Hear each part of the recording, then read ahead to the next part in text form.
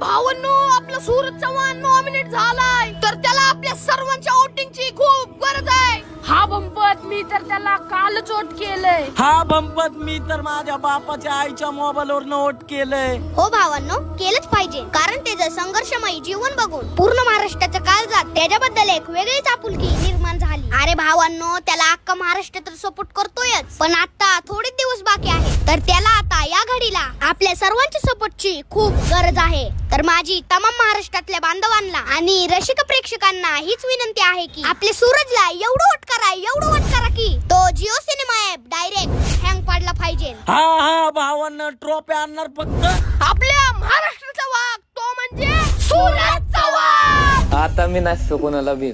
आता माझ्या समोर कोण बी असू दे, मग मॅक्सिमम वर पाच खाऊन